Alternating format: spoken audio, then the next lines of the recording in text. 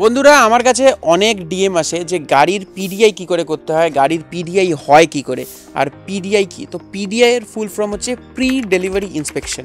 অর্থাৎ আপনার গাড়ি ডেলিভারি হওয়ার আগে আপনি একবার গাড়িটাকে ইন্সপেকশন করবেন যে কোম্পানি থেকে যে ডিলারশিপের মধ্যে গাড়িটা যে এই পথটা যে অতিক্রম করলো আর এর মধ্যে গাড়িটার মধ্যে কোনো স্ক্র্যাচ, অ্যাক্সিডেন্ট বা ডিলারশিপের মধ্যেও টেস্ট ড্রাইভ ভেহিকেল হিসাবে অনেক ডিলারশিপ চলায়। তো আমি সারা কিছু সব কিছু এই ভিডিওতে কভার করতেই পারবো না।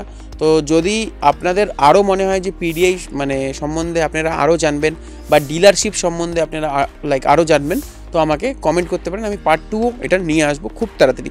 তো আজকের ভিডিওতে আমরা কথা বলবো যে পিডিআই কীভাবে করতে হয় আর পিডিআই যাতে আপনারা নিজেও করতে পারেন। আমি এটাকে কোনো কমার্শিয়াল বিজনেস বানাতে চাই না, আমি শুধু এটাই চাই যে পিডিআই আপনারা নিজেরাও করতে পারেন। তো প্রথমেই আমরা একবার পুরো গাড়িটা ঘুরে দেখব। এটা আমার 2 মাস পুরনো গাড়ি, তো এটাতে তো অনেক এখন স্ক্র্যাচ বা একটু নোংরাও হয়ে আছে। আমি কোনো গাড়ি পাচ্ছিলাম না পিডিআই এর ভিডিওটা দেখানোর জন্য, তো একটু ধুলো হয়ে আছে, একটু নোংরা হয়ে আছে, ইগনোর এটা করলে দেখাই যায়। তো প্রথমে আমরা গাড়িটার 360 ভিউ নেব বা একটা ওয়াক অ্যারাউন্ডের পুরো ভিডিও নেব আর দেখব যে গাড়িটাতে কোনো স্ক্র্যাচ আছে কিনা। ভিডিও নিতে পারেন বা আপনার খালি চোখেও আপনি দেখতে পারেন, কোনো ইস্যু নেই। এরপরে যেটা আমরা শুরু করব সেটা হচ্ছে গাড়ির ওয়াইপার ব্লেড দিয়ে। যে গাড়ির ওয়াইপার ব্লেডটাকে আমরা তুলবো আর এখানে আমরা দেখব যে ঠিকঠাক এটার লাইফ আছে কি না, এটা কোনো দিন ইউজই হয়নি। এটা হচ্ছে প্রথম আমরা দেখব গাড়ির ওয়াইপার ব্লেড, ঠিক আছে। এরপরে আমরা গাড়ির দেখব ফিট অ্যান্ড ফিনিশ, যে কোনো জায়গাতে কোনো ফিট অ্যান্ড ফিনিশের প্রবলেম আছে কিনা। অলদো এটা টাটার গাড়ি, টাটাতে ফিট অ্যান্ড ফিনিশের একটু প্রবলেম থাকেই। তারপরে আমরা দেখব এর মিরর, আর এখানে চেক করব কোনো রকমের কোনো স্ক্র্যাচ আছে কি না, কোনো রকমের কোনো ড্যামেজ আছে কি না। আর অবশ্যই আমরা চেক করবো এর নিচে কোনো রকমের ড্যামেজ বা কোনো স্ক্র্যাচ আছে কি না। তারপরে আমরা চলে আসব ঠিক চাকাতে।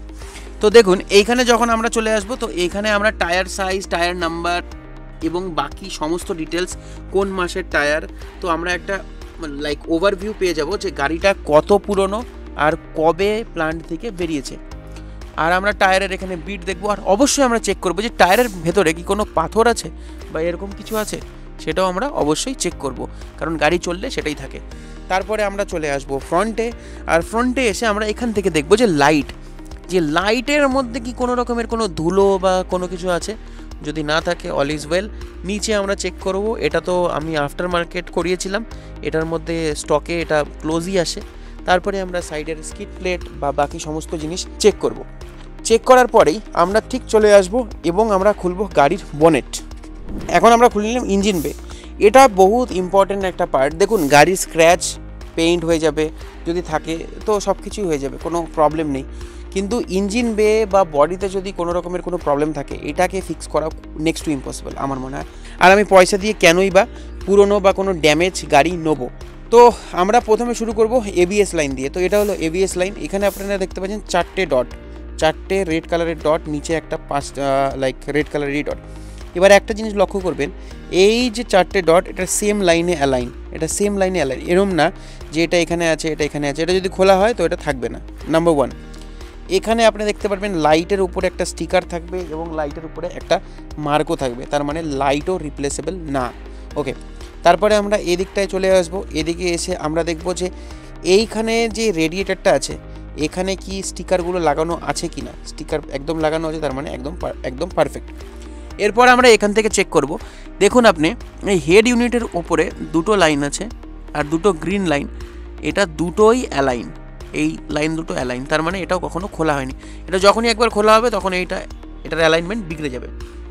এখানে আমরা চেক করব ফ্যান বেল্ট। এখানেও আপনারা দেখতে পাচ্ছেন নিচে লাইন আছে।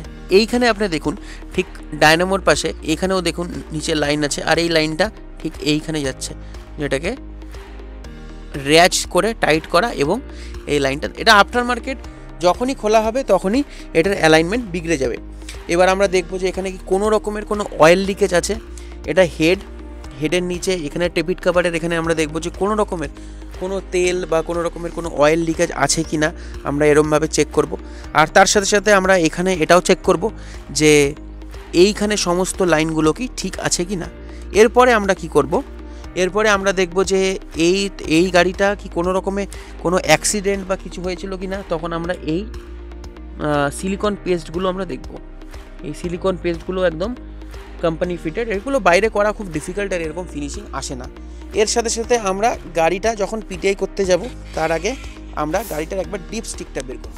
তো দেখুন আমি আপনাকে দেখাচ্ছি। স্টিক থেকে আমরা বের করলাম একটু মোবিল,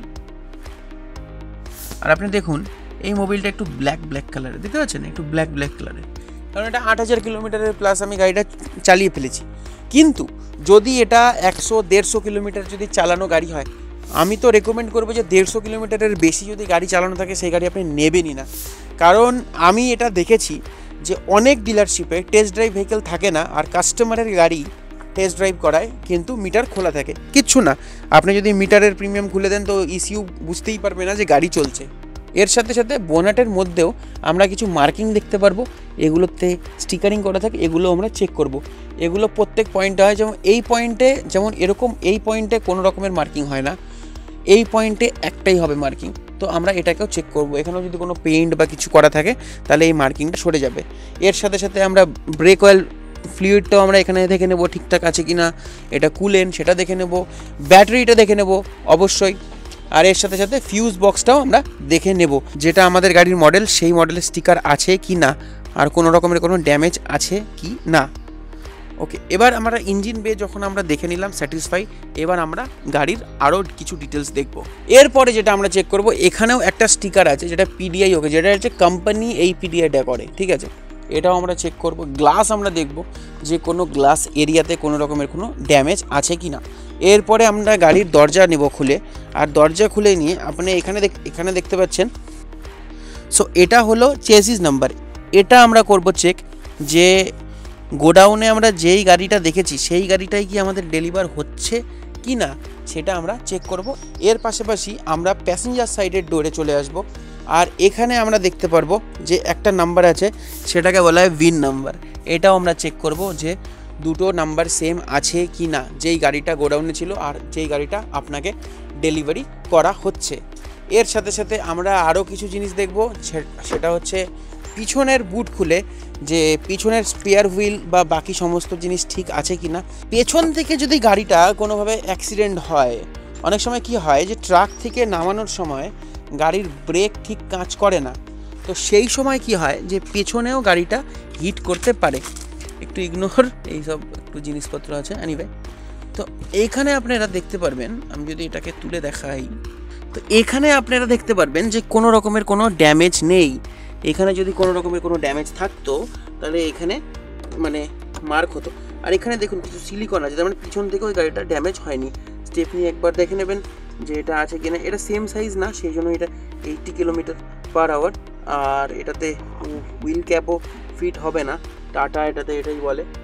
এরপরে গাড়ির ভেতরে এসে আপনাকে কিছু জিনিস এনশিওর করতে হবে। এখানে আপনি দেখে নেবেন কোনো স্ক্র্যাচটাকে আমি বেশি কভার করছি না। হ্যান্ড ব্রেক আপনি তুলে দেখে নেবেন যে হ্যান্ড ব্রেক ঠিক আছে কিনা, গিয়ার আপনি দেখে নেবেন যে সমস্ত গিয়ার ফ্রি আছে কিনা।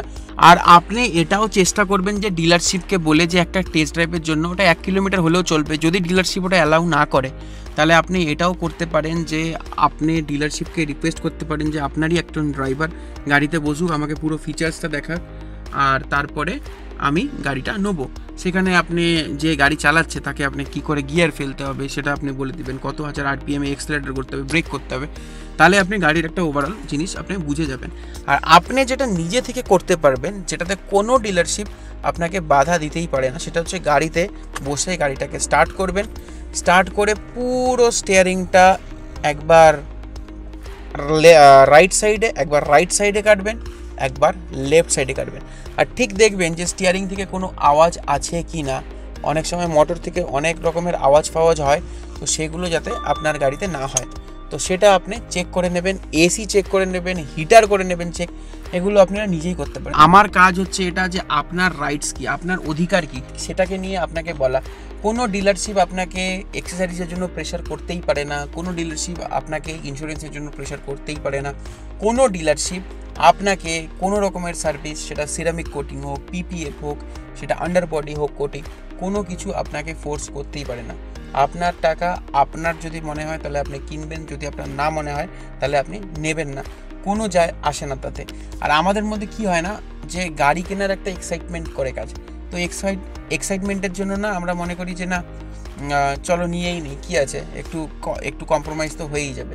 কিন্তু আপনার টাকা গাড়ি মার্কেটে পড়ে আছে, আজ না তো কাল তো ঠিক, কিন্তু খারাপ জিনিস কেন নেবেন? তো এক্সাইটমেন্টও একটু জিনিস থাকে, আর ওটাই ডিলারশিপরা আরও বেশি পেয়ে বসে।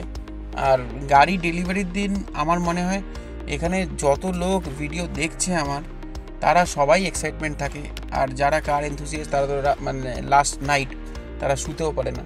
আমি যখন ডেলিভারি নিয়েছিলাম আমিও লাস্ট নাইট আমারও ঘুম হয়নি। এগুলো হওয়ার পরে 1 ঘন্টারই কাজ। আপনি আপনার যদি লোন করান তো আপনি আপনার ব্যাংকে বলবেন যে রিলিজ করে দিতে, ব্যাংক ডাইরেক্টলি যে ডিলারশিপের অ্যাকাউন্ট আছে সেখানে ট্রান্সফার করবে, অথবা ব্যাংক চেক দেবে, কিছু একটা করবে। So it's a very nominal process. So আপনি সমস্ত কিছু প্রসেস অ্যাপ্লাই করে রাখবেন, বাট ইউজ আপনি পরেও করতে পারেন। কিন্তু পিডিআই বহুত বেশি ইম্পর্টেন্ট। আপনি 10-11 লাখের গাড়ি কিনছেন, আপনি পিডিআই করবেন না? 100 বার আপনি পিডিআই করবেন। আপনার বাড়ি যদি আপনি 10-11 লাখ টাকা খরচা করেন, এক জিনিস আপনি দেখেন, এটা আপনি 10-11 লাখের প্যাকেজ পাচ্ছেন, তো একটা জিনিস আপনাকে খুঁটিয়ে আপনার দেখা উচিত। তো পিডিআই অবশ্যই দরকার।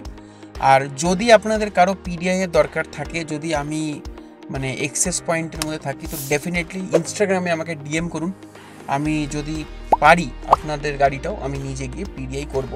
ইনস্টাগ্রাম হ্যান্ডেল আমার নিচে আছে, ইনস্টাগ্রামে অবশ্যই ফলো করুন আর ইনস্টাগ্রামে মেসেজ করুন। কোনো রকমের কোনো কোশ্চেন থাকলে আপনি আমাকে জিজ্ঞাসা করতে পারেন। আরও একটা খুব তাড়াতাড়ি ডিটেল ভিডিও আসবে ইন্স্যুরেন্স নিয়ে, যে কোন ইন্স্যুরেন্স নেওয়া উচিত। আর পিডিআই পুরোটা কভার হয়নি, আর যদি পিডিআই আপনাদের পার্ট 2 দরকার হয় তাহলে কমেন্ট করুন পার্ট 2, তাহলে পার্ট 2 খুব তাড়াতাড়ি আসবে। সো আপাতত এতটুকুনি। যদি আপনি বাইক চালান তো হেলমেট পরুন, কার চালান তো সিট বেল্ট পরুন, সেফ থাকুন, সেফ চলুন। আর আপনার গাড়ির গল্প আপনার ভাষায়, শুধুমাত্র Bengali torque. Bye bye, take care.